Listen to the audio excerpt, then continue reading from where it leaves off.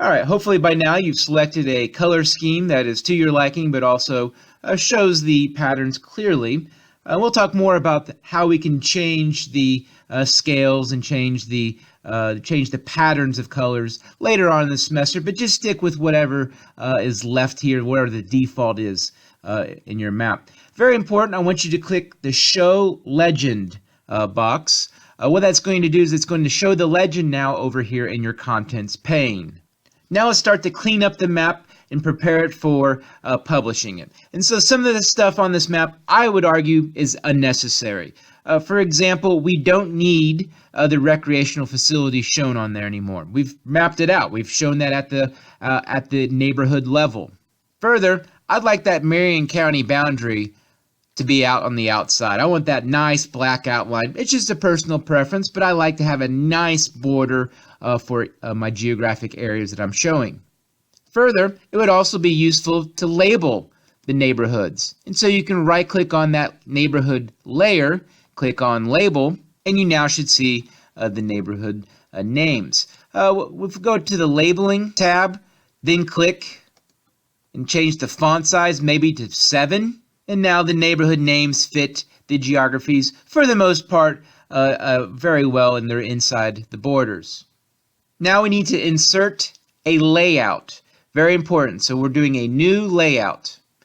And then this is related to the printing capability. So whatever you're wanting as far as printing. So if you're printing on a poster, if you're printing a landscape, portrait.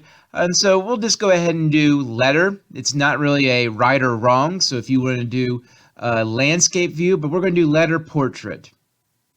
Then go to map frame, click it, and then click the map that you've created. And so you should see that in the display here. You should see whatever this image in your map extent shown in this particular icon here. Click it, and then you're going to put it wherever you want to put it. And I can then move it to maybe a better part. Now, one of the things you should have noticed is as I move this, I can't really zoom in. I can't really zoom in to this particular extent. What does it say? You know what? I'm a little too close. I want to zoom out a little bit. What you then do is click Layout, Activate, and what that essentially does is then activates this particular area, and so kind of unlocks it, let's say. Then if I hit this particular zoom out feature, I can zoom out a little bit, but I actually liked it where it was. So then I go back to layout, make sure to then close it, and it relocks it.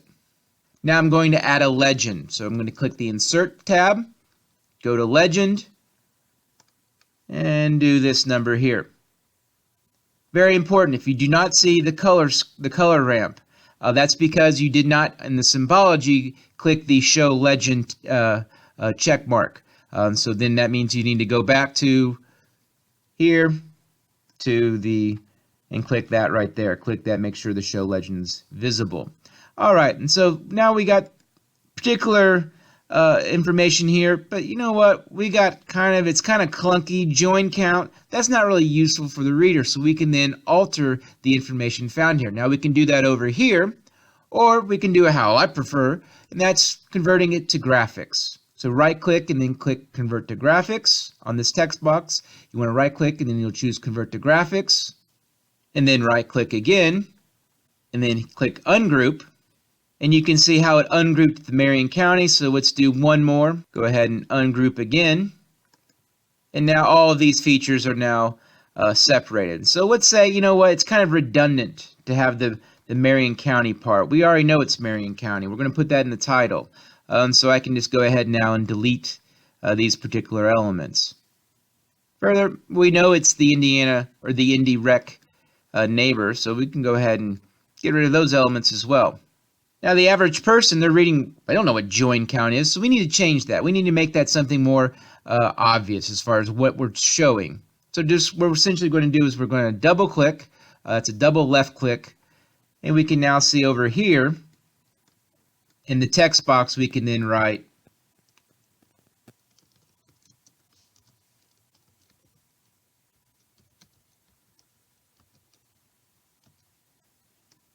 Group them all back together by getting them all in a square and then right-clicking and then hitting Group.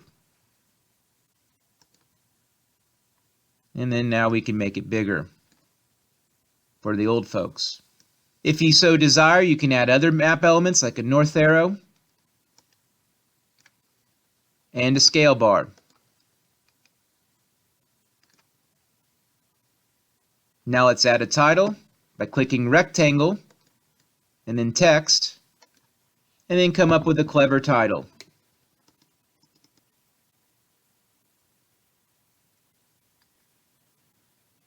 Then change the font size to your liking by clicking on the box, clicking Format, and then changing it to maybe 22. Center it, and now we're ready to share it, to export it. In this case, exercise 1, what we're going to do is we're going to share it. And when you click the share, you have the layout option. And that's for if you wanted to print it out for actually on a paper copy. But in this case, for exercise 1, we're going to choose layout, and we're going to export it as a PDF. And so what we're going to do is try to get to your particular folder. So where we're at desktop, exercise 1, might as well put it there.